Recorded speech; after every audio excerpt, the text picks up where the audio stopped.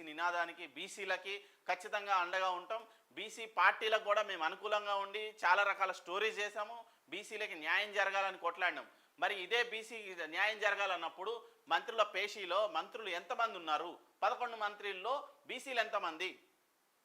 SC ఒక మనిషి, ST ఒక మనిషి, ఒక మంత్రి ఎస్టీ సీతక్క, ఒక మంత్రి ఎస్సీ బట్టి విక్రమార్క, మిగతా ఇంకొక మంత్రి ఎస్సీ దామోదర రాజ నరసింహ, మిగతా వాళ్ళందరూ 2 మాత్రమే బీసీ, మిగతా అందరూ ఓసీలే.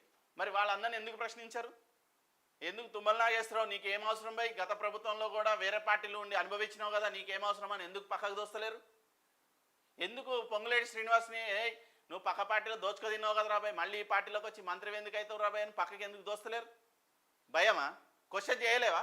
మంత్రి పొంగులేటిని క్వశ్చన్ చేయి, బతకగలవా? తెల్లారి తిరుగుతావా రోడ్డు పైన? వాళ్ళకు మీరు క్వశ్చన్ చేయరు, మేము క్వశ్చన్ చేస్తాం. పొంగులేటి శ్రీనివాస్ గారు గత 9 ఏళ్లుగా మీకు ప్రజాబలం ఎంతైనా ఉండొచ్చు, మీరు చేసిన కాంట్రాక్టుల లెక్క ఎంత, మీరు చేసిన స్కాముల లెక్క ఎంత, మీరు చేసిన ఈడీ రైడ్లో 650 దొరికిందంటున్న మాటలకి వాస్తవం ఎంత ఖచ్చితంగా అడుగుతాం. పొంగులేటి శ్రీనివాసరెడ్డిని గారు కాదు, జూపల్లి కృష్ణారావు గారు కూడా గతంలో 5 ఏళ్ల పాటు మంత్రిగా చేసి ఇంకో 5 ఏళ్ళు ఎమ్మెల్యేగా కూడా గెలవని పరిస్థితుల్లో బీఆర్ఎస్ దూరం పెడితే పార్టీని బతికించుకోవడానికి, అక్కడ ఉన్న వాళ్ళ కార్యకర్తలను బతికించుకోవడానికి ఆయన పార్టీ మారుండొచ్చు. సో ఇప్పుడు ఆయనకి మంత్రి పదవి వచ్చింది. మంత్రి ఇప్పుడు వెలమోడికి ఎందుకు ఇచ్చినావు? వెలమోడు అని కేసీఆర్ దుమ్మెత్తి పోసిరు కదా, మరి ఇప్పుడు వెలమోడికి ఎందుకు ఇచ్చినావు మంత్రి పదవి అని చెప్పి ఎందుకు అడుగుతలేరు? ఎటుపోయింది వ్యవస్థ?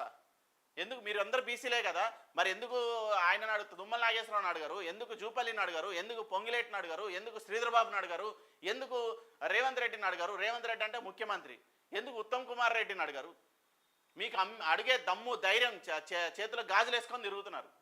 స్ట్రైట్ అవే చేతిలో గాజులు వేసుకొని తిరుగుతుంది ఎవడరా అంటే సోకాళ్ళు పెద్ద మనుషులు. నేను బీసీ అని చెప్పుకొని నిదానాలతో కండువాలు వేసుకొని డబ్బులు వసూలు చేసి ఎక్కడికక్కడ అన్న బీసీల కోసం కష్టపడుతున్నానే, నాకు ఏదో ఒక నువ్వు సాయం చేయాలి, ఇదే ఇంతనేనా, 10ఏనా, 20ఏనా, 15ఏనా, 25ఏనా అని చెప్పి ఇండస్ట్రియలిస్టుల దగ్గర, పెద్ద ఫార్మా కంపెనీల దగ్గర, రకరకాల వ్యాపారవేత్తల దగ్గర అడ్డగోలుగా బీసీ నినాదం పేరు చెప్పి ఫండ్స్ కలెక్ట్ చేస్తున్నారు.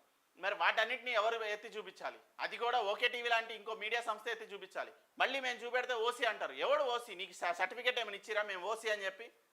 రక్తం కోసి ఏమైనా టెస్ట్ చేసినావా ఓసీ అని చెప్పి? దిమాకు ఉండాలి. పనిచేయదు, బుర్రలు పనిచేయవు. ఆడపిల్లల్ని రోడ్ల మీద వేసి కొట్టిన రోజేమో ఎవడు రాడు ఈ పెద్ద మనుషులు, మళ్ళీ సెటిల్మెంట్లు చేస్తారని మాట్లాడితే కోపం వస్తుంది.